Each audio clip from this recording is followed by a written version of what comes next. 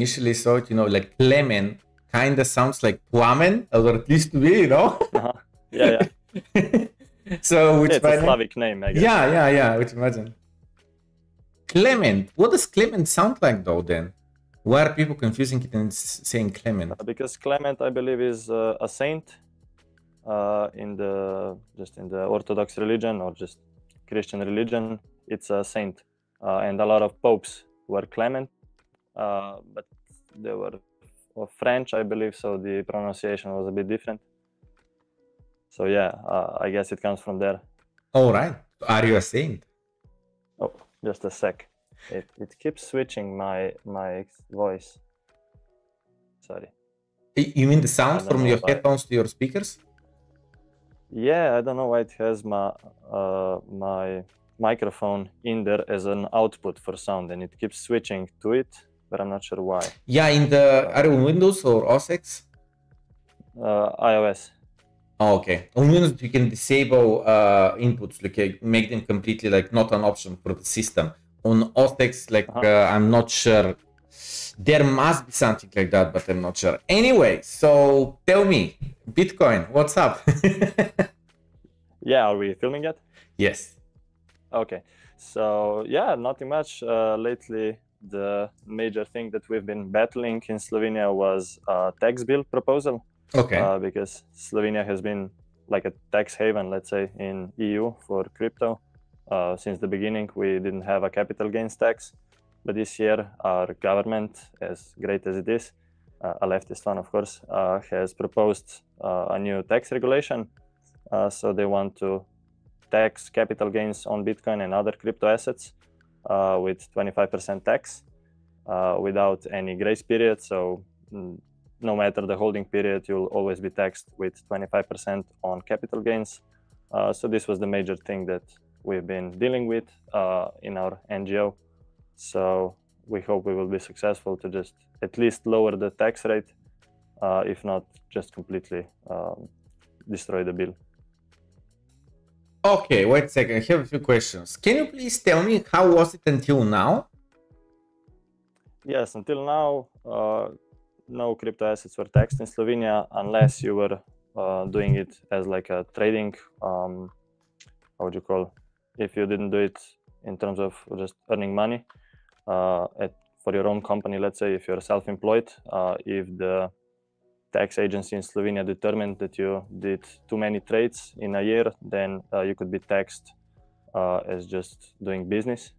But if you were holding it or just performing, let's say, less than 10 or 100 trades in a year, then you didn't have any tax on it. Okay. So there wasn't anything about, let's say, if you, where was it? Was it in Germany or Portugal, somewhere where if you bought Bitcoin, regardless how many times you bought this year, but if you hold it, let's say, for 1 year or 3 years, after that, if you sell it, it's tax-free?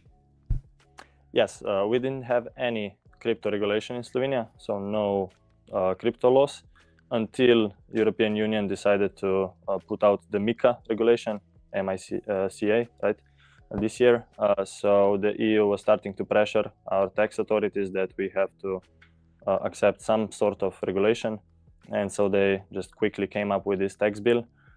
We did have 2 other attempts in 2021 and 2022, but they both failed because the government was switching because of the elections. So we were lucky that we didn't have any taxes until now, and now this is becoming, let's say, a reality next year probably, although we have new political elections in, I believe, March or April. So we'll see how much we can postpone it, hopefully, so that it doesn't get accepted. But currently it seems that it will be, because the coalition in Slovenia is, I believe, the strongest ever. So if they decide to do something, they can do it. And so yes, only now taxation is coming. Yeah, understand. Okay. That's crazy though, that until now you didn't have any Bitcoin taxes. That's quite crazy. Yeah. Although it makes sense to me. No, it makes sense to me as well, but I'm just saying. Yeah, yeah, but it was crazy, yes.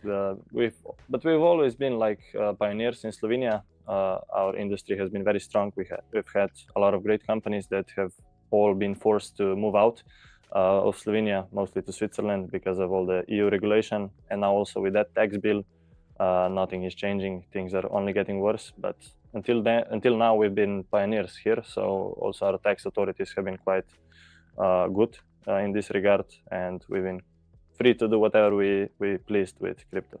Okay, having in mind the taxes are coming, and so when you don't have taxes, like don't have taxes, you don't care. I can buy, I can sell it any time I want. Yep. But my point is that having in mind that, let's say, starting next year, you might have taxes. Does this mean that, let's say, it's not a bad idea to sell and then rebuy just so you can walk in a new buy price? Because taxes are usually not like on the total amount, but the difference between from where you bought and where you sold. So let's say this year we end up exactly at 115K we finish the year. Maybe it's a good idea on December 31st or whenever to sell and rebuy just so you can say that's it, that's my price now, and you can tax me only on higher than this price. Yes, it doesn't make sense because the bill is quite specific. It's the first bill in Slovenia that taxes capital gains that doesn't have a holding period relief. So usually when capital is taxed in Slovenia, you have like a 15-year holding period and the tax rate is falling. So it's regressive. So for the first 5 years, you're taxed at a rate of 25%, then after 5 years, 20, then 15, and then 0. So after 15 years, you're not taxed. But this time, as I said, there is no holding period in the bill because they want to ease or simplify the reporting to the tax authorities and the administration. So they decided that you will have to report all your crypto holdings, so all your crypto wealth, you will have to report on the 1st of January next year. And this will be like a big, how would you say, a report of all the crypto assets you hold, which is unprecedented in Slovenia. You don't have to report how much art you have at home, how many stocks you have. You only have to report when you sell, and only for that specific stock. But here they want to make a database of all our crypto wealth from Slovenia, and so the buying price will be determined as the price on that day. So no matter if you bought at a higher or lower price in this year, your starting price will be 1st of January 2026. I see. And then the capital gains will be taxed from then. So this is a big problem. We believe that it is not constitutional to just make this huge report and database of our crypto wealth because it's not necessary for tax purposes. And we are trying to accomplish that a different reporting method is used. Basically the FIFO method, as it is used for any stock capital gains tax, where you just report the price at which you bought and show the transaction, and then the price at which you sold. And if we also include the holding period in that, then your tax can actually fall to 0 if you held it for, let's say, like in Germany, more than a year, I believe. So we are trying to accomplish that because it will be a much better bill and it will not be unconstitutional. I see, yeah. Not only that, the other thing is there is definitely a very big difference between Bitcoin wealth and stocks, or let's say real estate. And what I mean by that is that because the Bitcoin, we say it's unconfiscatable money, which is true, and it's also money that you are not dependent on any third party and no one else can block your transaction. These are all benefits to Bitcoin and to its users. However, if someone comes to your house and tells you, I don't know, like make a bank transfer to me or sign here this paper that you now give me all your property or whatever, then you can dispute this in court or whatever, right? But with Bitcoin, dispute as much as you want. He has the keys now, right? Yes. And he can do with them whatever he wants.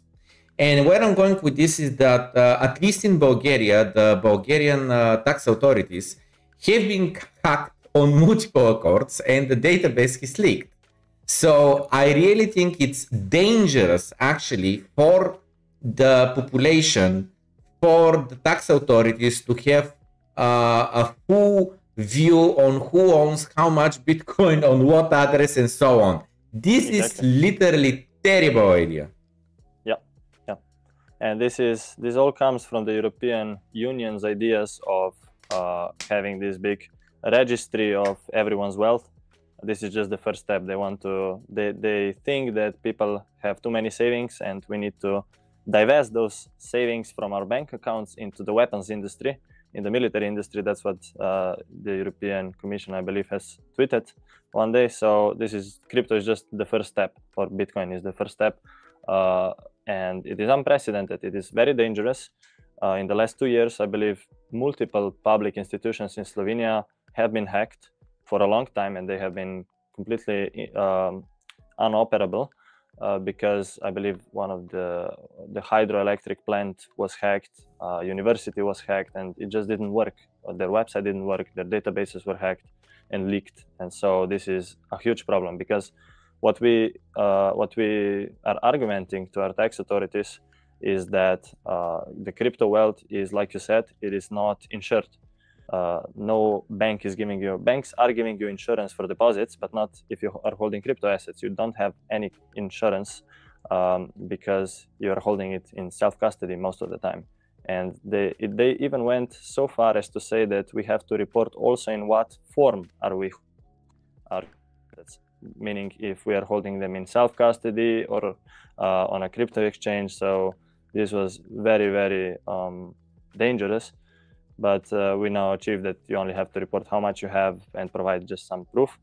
But hopefully this will go and away. Provide some proof. Yeah, of course.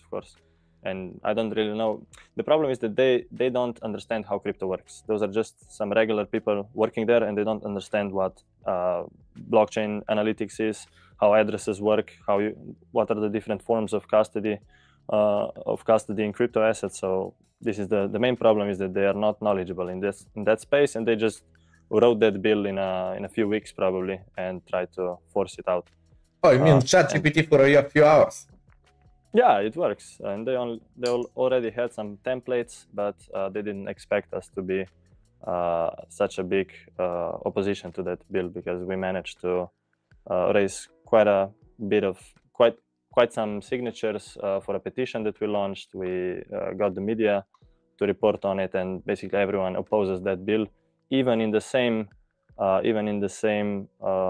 coalition. The representatives are opposing it. So the Ministry of Finance is the one who basically published that crypto tax bill proposal, and now basically everyone is opposing it, and they want to at least change it so that it will be palatable to people. So can you please circle back to earlier you said that Slovenia has always been pioneers in the space, and I have one Slovenian friend that we chat with almost daily, and he has told me about these Bitcoin whales in Slovenia that had an exchange. I forgot the name, one of the earliest exchanges, and apparently they bought like a hotel or something next to one of the famous lakes. I think it was the Bled Lake. I believe it was Bohin. Okay, Bohin, not the one. So tell me about Slovenia, the early Bitcoin people. Tell me about, if you know by any chance, more information about the Bitstamp guys. And I'm going with this to, are they assisting, for the push against the government's reach over people's self-custody? Okay, yeah, that's quite a vast question, but it begins this way. Bitstamp, the exchange, one of the earliest exchanges, was launched in 2012, if I'm not mistaken. It was launched by two guys. Both were quite visionary. So they launched this exchange, and it was successful, very successful. But they sold it then a few years later, when they sold it, I believe, for 200 million, if not more. Damn. So this is one of the earliest exchanges. It's an exchange that is still active. So most of those exchanges from that time just went bankrupt or were basically illegal, like Mt. Gox, right? And this was one of the earliest ones, and it is still great, although we constantly criticize it because they haven't integrated Lightning yet, which is very bad, considering we have some great Lightning experts in Slovenia who actually work there. But okay, this is besides the point. Then 2 years later, they and some other guys basically launched or formed our Bitcoin, which is Slovenian Bitcoin Association. It is the NGO I still not work for, but it's pro bono. So it is a non-government, non-profit organization, and it is still active. So we also have one of the earliest, longest active NGOs in the space for Bitcoin adoption. And this is what I'm wearing, the merch we have from Bitcoin Slovenia. So this is when the crypto community in Slovenia started to grow. It was through this association. And we had a lot of crypto parties back then. People just made so much money that they kept throwing parties, buying Lambos and stuff. But most of the earliest whales, they made so much money that they moved out of Slovenia and switched residences to Dubai or some other countries. So very few of them are still in Slovenia, right? And one of the guys that you mentioned, yes, is Damian Merlak. He's the one who bought the hotel in Bohin, and he's now investing mostly in stocks and in real estate. So he went out of crypto, as I believe. But other guys basically went out. So they are not really helping us now. They gave us all the things that our NGO needed to keep on working. But we took over. So the president, Tony, he took over the association, I believe, 5 or 6 years ago, and I joined in 2022. And since then, we've really become focused on Bitcoin only. But we don't have that many people helping. So in terms of this tax bill, the only people that were active were 4 guys, or actually 3 guys and 1 lady that helped us, and we are the whole team that is now battling this. So we didn't get much support early whales because they are not present here in Slovenia. That's unfortunate. Okay. Okay. So is there anything else about the future of Slovenia's Bitcoin space other than the issue with the taxes in 2026? Meaning, can you please tell me if there's any developments, any be it near ones that happened in 2025, and you can, like say, go Slovenia because of that, or anything else that you might be expecting to happen in the near future? Yeah, the situation now is quite unfortunate and quite sad, because until last year we were a country that had, I believe, the most payment places or payment spots where you could pay with Lightning. Okay. Per capita, of course. I believe we had over 2,500 such terminals that were provided by 2 companies, by NiceHash and by Naka, which is ex-Go Crypto. But this year, because of the European directives, they were both forced to move out of Slovenia and out of EU. So they went to, I believe, Lugano or somewhere in Switzerland. But that doesn't mean that the whole company just moved there. Most of the developers are still here. Just the domicile of the company went there, because it is easier when you are dealing with digital services. It is really easy to move. And that is the biggest threat that we are facing, is that all the industry will just move out digitally, but the actual people will stay here. However, we lose a big portion of our industry. So this year, I believe one of the bigger crypto magazines reported that Ljubljana was the most crypto-friendly capital city in the world. However, this is not true anymore, because as of this year, we had to turn off all the payment terminals where you could pay with Lightning, because of the European regulation that requires the providers or the guys who have those payment terminals, these are mostly bars, cafes, and etc. They have to report, they have to KYC their clients if they're using Lightning to pay, or any other crypto coin they want to pay with. And this is a big problem, because you cannot perform KYC on a guy that is paying with Lightning. It is impractical and quite impossible, right? Just a second. Quick question, just to understand it. Like, I hear you, but I just don't understand how does that work. Meaning, when you say KYC, I think of know your customer. When I think of know your customer, I'm thinking of personal data, like 3 names, unique country identificational number, address maybe, picture maybe, stuff like that.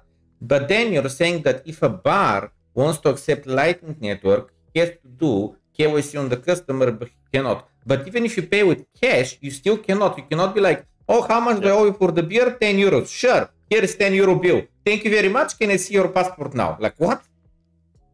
Yeah, exactly. That's what they are requiring those that provide those services to do. Not service providers, but actually yes, bars, cafes, whatever. And it is possible, but they would have to have a form that everyone would have to sign, right, in order to KYC themselves, and then they would have to report those data to the authorities. It is crazy, but that is one of the European directives that was accepted and it was implemented. But there's a catch. The European directive requires KYC above at least 1,000 euros payments, but Slovenia decided that they would go from zero, so any payment has to be KYC. If at least they use the threshold that European Union recommended, that is the minimal threshold, then you'd avoid those KYC procedures for smaller payments, and we could still have those terminals. But now it is impossible, so we had to shut down that. And this was probably the biggest feat that made us a crypto pioneer or a Bitcoin payment pioneer in this area, this region. But now it is impossible, right? That's crazy, actually crazy. Yeah, and that's what the EU has been doing. I mean, we are still trying to change that, to at least move up the threshold. We hope to be successful, but those companies will not come back and provide those services if the political landscape in Slovenia will not be stable and predictable, right? If it's unpredictable, if it's like now that everything is collapsing and the EU is constantly doing stuff, then they won't come back. So it's getting worse and worse every year. So what's happening with the government in Slovenia? Like, do you elect a new government every 6 to 12 months? Like, what's happening? What's the turmoil there? Basically, we have the 4-year terms. Okay. But a lot of governments, especially during COVID, collapsed. So we only had them for a year or something, and then a new election was forced. And this is the reason why the current administration is so strong and powerful in terms of their coalition, because they were the ones that came on during COVID or after COVID, at the end of COVID, right? So everyone was done with the previous administration, and they welcomed anyone that would fix it and just not open borders, but release those mandates and everything that was present in Slovenia during COVID. So they all voted for them. But now they're destroying the whole economy. All the bills that they're proposing are crazy. They basically want to give everyone social relief, but no one would be working. So it's not that great now. Okay. And how is so we talked about, Slovenia being pioneer, Slovenia having a lot of merchants per capita that accept Bitcoin. You can spend your Bitcoin, especially on Lightning Network and so on. And one of the oldest exchanges is Slovenia and so on. But other than that, can you tell me a bit more on the ground, meaning like Bitcoin communities, Bitcoin meetups, or anything else that is like, about the community of Slovenians and the way they, what was the word? They bond, I guess, around Bitcoin in Slovenia. Yeah, okay. One company I forgot to mention, or I did mention it but didn't explain it, it's NiceHash. Okay. You probably know it, right? And they organized the first Slovenian Bitcoin conference last year in Maribor. I don't know if you were there or not. I don't recall, but it was a great conference. It was the first Bitcoin-only event in Slovenia at such a scale. They just celebrated their 10th anniversary. So they're also one of the oldest companies and have a very unique business model that no one has figured out yet. They are basically a marketplace for hash power, which is a great business model, but they're basically the only company that offers it. So this is just one other aspect of pioneering. But now in terms of community, until this year, yeah, they were the ones helping us drive this forward. They allowed us to basically co-organize the conference with them. So we had a Slovenian stage where Bitcoin Slovenia, our association, was taking care of all the panels. But then we also have, like, I believe 30,000 members in our Facebook group. Most of them are still active. This is like our wider crypto community, let's say, but we are the ones that we are the admins of that group, so we try to push Bitcoin only meetups, ideas to them, and really try to keep away all the scammers, because a lot of scammers have been scamming people in Slovenia. We are perhaps the biggest country in terms of those scams, apart from, let's say, Dubai. So yeah, this year we've also dealt with one of such scams, and I believe our SEC, the Slovenian version, is now dealing with it. So we also helped with that. But now people in Slovenia, they are slowly adopting Bitcoin more and more, because a lot of Slovenians love crypto. They are all over it. They like to trade, speculate, but now a lot of people lately have been changing, hopefully due to our work as well, because we've organized, I believe, 42 almost consecutive meetups every month in Ljubljana, in the capital. And then in Maribor, the second biggest city, we've also had like 15 or 20 meetups consecutively. And around 20, 30, depending on the group, usually join us. So and a lot of them are newcomers. So those meetups have been very successful. Our president and also me, we put a lot of emphasis on having in-person meetups. So we don't stuff digitally. We don't have, let's say, like a podcasting channel on YouTube like you have, because we just find it in Slovenia to be much more practical to just hold things in person, and a lot of people usually join. So this is how we've been pushing it. We've also translated quite a lot of Bitcoin literature, I believe 6 books. So also this is available now. Our Bitcoin standard translation sold, I believe, 1,500 copies by now, which is quite a lot for a country of 2 million people, right?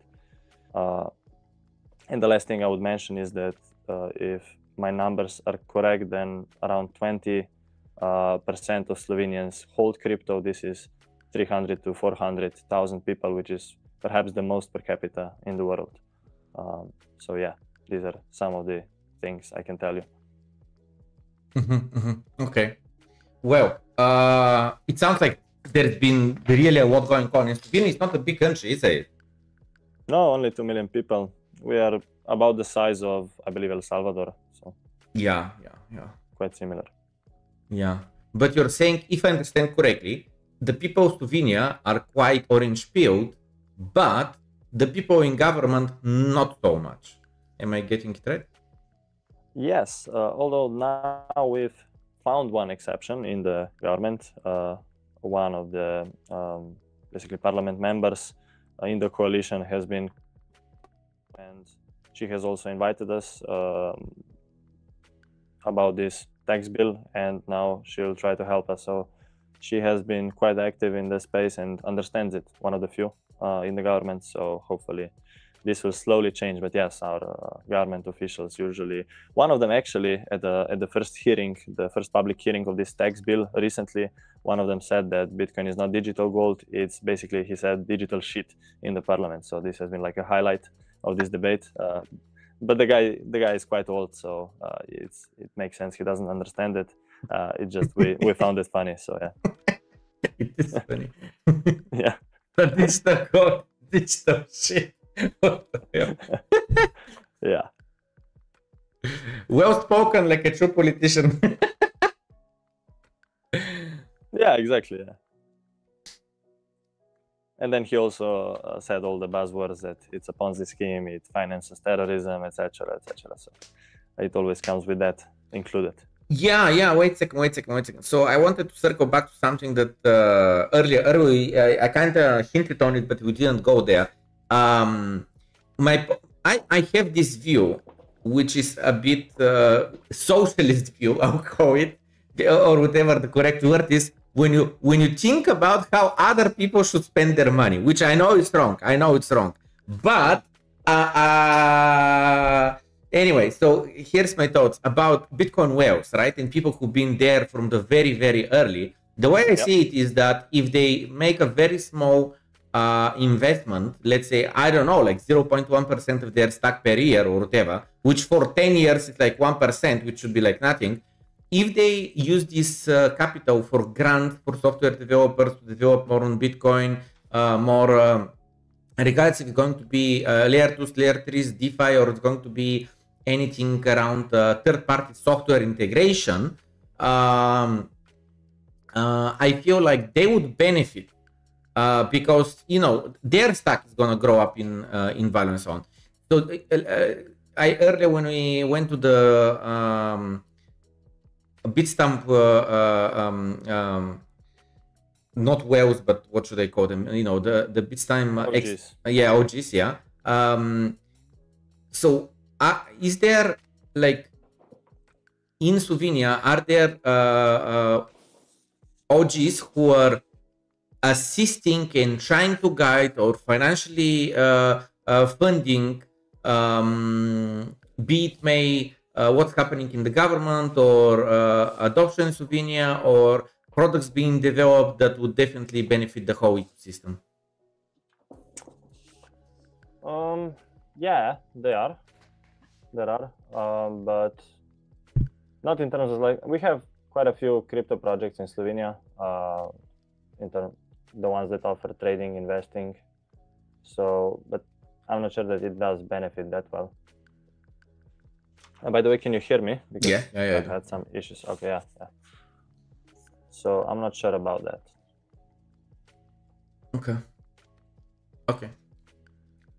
You haven't told us your Bitcoin story, have you? No, I haven't. Please do.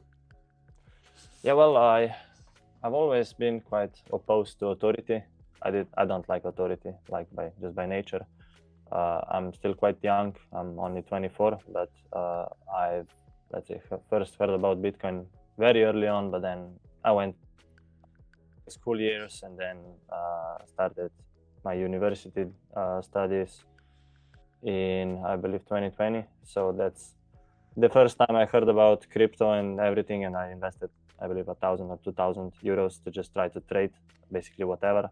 But simultaneously, I always love to learn. So I started to discover more and more content in crypto, in Bitcoin. So one of such podcasts was actually Slovenian, and the guys who were podcasting are now my friends. One of them also wrote a foreword to my book that I launched last year. I'll get to that.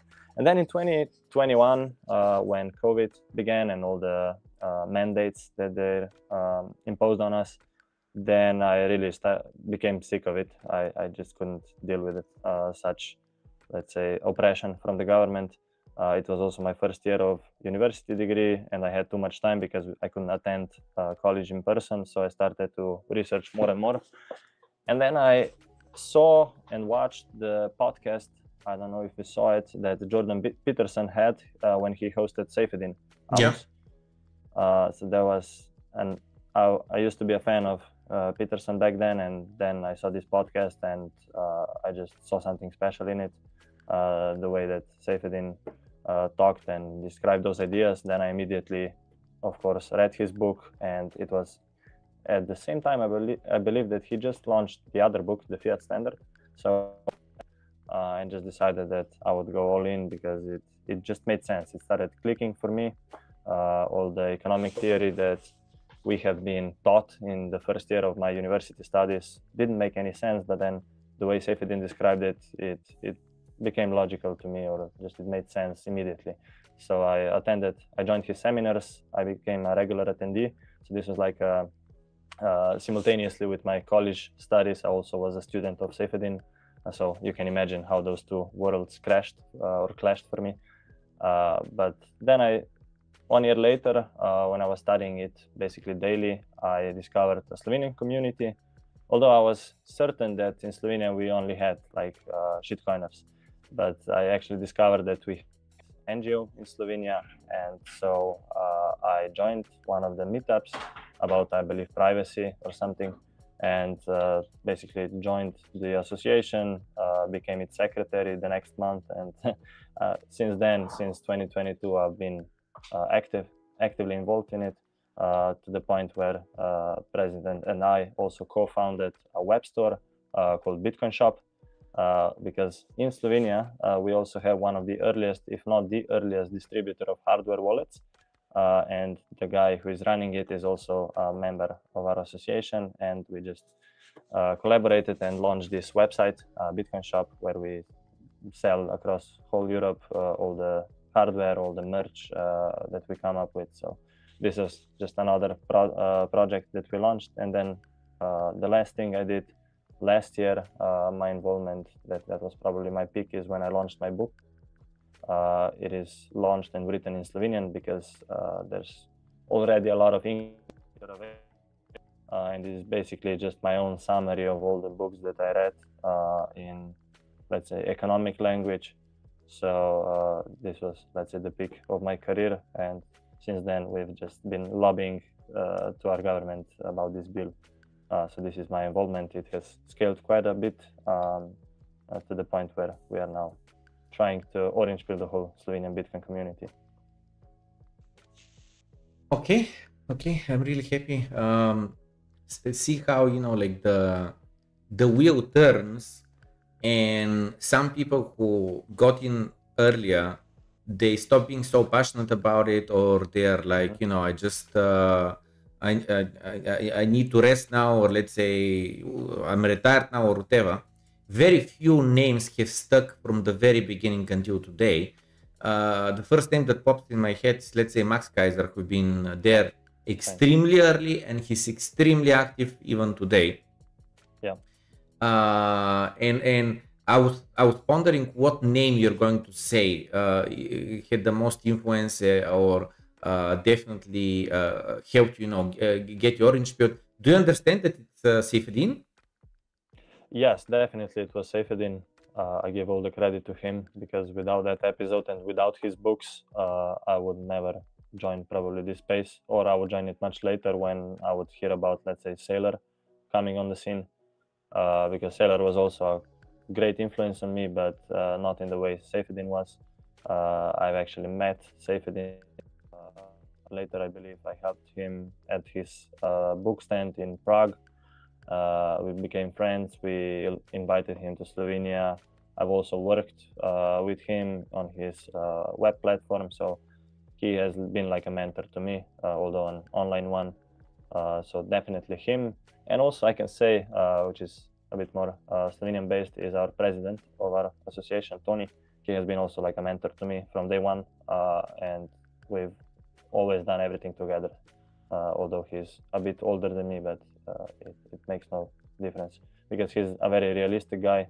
That is always, I'm a bit optimistic because I'm young, because I believe that we can change everything fast, but he keeps me grounded. So no, we could, but just the issue is that, you know, people sadly you can't make them think the way you think, because to you it's so obvious, and to you it's like, let's just do this, and you know, we're done. But people oppose, and people don't like change, and people are afraid. And as someone said recently, people haven't evolved to trust digital things that they can touch. Oh yeah. That's one of the biggest arguments, is that physical nature that Bitcoin lacks. And also I can mention, we've constantly been arguing in that tax bill, if we get back to that Bitcoin is just the digital version of gold, right? We always say that Bitcoin is digital gold, and they want to tax capital gains on Bitcoin. And to me, as an economist, it just rings all the alarm bells, because I don't believe that Bitcoin, or for that matter also some other crypto assets, are capital assets, because they're not capital. They're not involved in the production of capital. They are not consumed. You cannot produce anything with them. You can't consume them. So what they are monetary assets, right? They are media of exchange, or at least Bitcoin is. It's also the first thing you read in the white paper, right? It's an electronic peer-to-peer cash system. So we've constantly been arguing on the economic grounds that Bitcoin is digital gold. It has all the properties of money, and it actually performs way better as money than gold, because gold is still used in production. It's a capital asset, but in Slovenia, gold is not taxed with capital gains tax. And so Bitcoin shouldn't be either. And we have some great precedents for that. So we hope to convince our regulators, or at least our legal system, that Bitcoin should be excluded from capital gains taxation, because it is not a capital asset, right? Wait, so I'm not confident I understood it correctly. Should money be something that is useful on its own, like food, like wood, like coal, like petrol, like gold, or is it better if it's something that on its own it has no value? You can't use it in any way. You cannot feed yourself, you cannot build with it, and so on. By the Austrian definition, money is just a generally recognizable medium of exchange. So the only purpose it has, it serves for exchange. It cannot produce, so it shouldn't have any other industrial value, because we can see what happened to silver as more and more industrial demand has been rising, right? And its value has just collapsed. So if we want money to be used as money, and also not to become the victim of just, how would you call it, economics of scale, right? As more demand more grows, the supply will increase that much more. So if we want money to be that, if we want value, then it shouldn't have any other economic uses. So utility, which is a big argument for the crypto guys or crypto bros, that Bitcoin has no utility, this is actually a benefit. That is a feature, right? It's not a bug. Its only use is as money, because as soon as it can be used for other things, the demand for that will outgrow the demand for money or exchange, and then Bitcoin will cease to be a good medium of exchange. So that's what we are arguing. We are arguing that it has no other use case, and that is why it is a perfect form of money. Just like other crypto fiat currencies, right? Although they have inflation, they are not sound, but they also serve only one purpose: money. Okay, so why did Satoshi create Bitcoin then? Can you repeat the question? Why? Why did Satoshi Nakamoto create Bitcoin? Yeah, well, we can see it in the first or zero block, right? It's written that it is an alternative to the fiat system, to the financial system during the great financial crisis. So the only purpose that Bitcoin was created was to serve as a new payment, or as a new financial system that is neutral, that is not that cannot be impacted by the governments, by the political authorities. So it is a decentralized cash system, basically, which is also why we argue that Bitcoin is so unique, because it has no founder, it's neutral, it's more like a commodity, like Michael Saylor keeps emphasizing. Although that's where my views differ from the views of Saylor. He keeps saying it is digital capital, but I don't believe it is capital, because you cannot use it in anything. Like we said, it is a medium of exchange. It's basically the only thing is just extend it to someone, right? The fact that it is sound, that it is scarce, is just a symptom. It's not the main use case. It just comes from the fact that Bitcoin's supply is limited, but its only use case is you can send it to someone, so you cannot use it as a capital asset. But Saylor keeps saying that because he needs to convince the tax authorities and the regulators in the US that it is not a threat to the dollar, but it is a threat to, let's say, other forms of capital. So it is just an asset that companies can capitalize on, but not it will not uproot the dollar, let's say. But I believe it is not true. You're coming to Bulgaria in October, yeah? Yeah, I'm looking forward to it. I like Sofia. I haven't been there, so I look forward. What are you gonna speak about on the conference? I will speak about the topic. I believe is pioneering or pioneership in Slovenia. How we've basically pioneered and evolved as a community through all the adversity that we talked about. Excuse me. So I will just talk about how Slovenia has been pioneering in crypto or Bitcoin space. Let's say I'm saying crypto because I'm so used to it due to all the tech stuff we've been doing. But I will speak about the companies, about the community, how it grew, the things we've been achieving, just such regular stuff, to give people, let's say, an outlook on what the current. Are you coming by yourself? Are you coming with someone or a group of people? I believe I'm coming with the president of our association, with Tony, if he will have the time, because he's not speaking, I am, so we'll see. Either myself or both of us. I see. Okay. Okay. Well, any last words, any thought that you would like to share with us, any question that I haven't asked, but you think is good to be asked? Well, no, all I can say is just that I really look forward to meeting all the Balkan Bitcoiners, and I would advise to never compromise on their Bitcoin principles. If they have principles, do not compromise on them. Do not accept any, let's say, like I said, yes, compromise that crypto should also be accepted. If you believe it shouldn't be, right? Bitcoin is money, everything else is credit, basically, or a scam. So keep focused and just make a difference in your own region, whether it is Balkan or global, right? Okay, amazing. Well, thank you very much for your time. I can't wait for 18th of October as well.